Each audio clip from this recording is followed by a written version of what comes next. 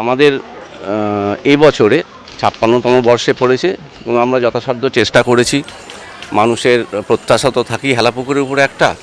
তা এবছরে আমাদের যেটা চমক সেটা দেখতেই পাচ্ছেন যে ১৪ ক্যারেট হোয়াইট গোল্ডের উপরে ডায়মন্ড বসানো মায়ের সাজসজ্জাতে, যেটা প্রত্যেক বছর আমাদের যেটা সোনা মা বলে আমাদের পরিচিত, সেখান থেকে একটু আমরা বেরিয়ে এসে একটু অন্য কিছু দিতে চেষ্টা করেছি।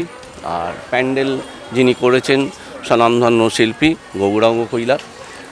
প্যান্ডেলটার থিম হচ্ছে জগদ্ধাত্রী শরণম।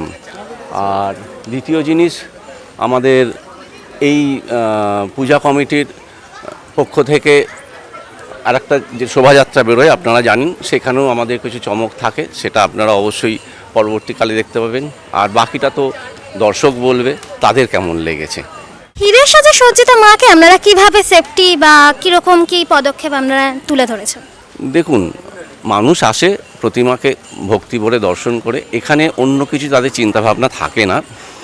আমরা দীর্ঘদিন ধরে আমরা এটাই দেখে এসেছি এবং আমাদের সাথে পুলিশ প্রশাসন দেখছেন এখানে কর্মরত প্রত্যেক দিন ৩-৪ জন করে পুলিশ অফিসার থাকেন এবং সিসিটিভি ক্যামেরা থাকে।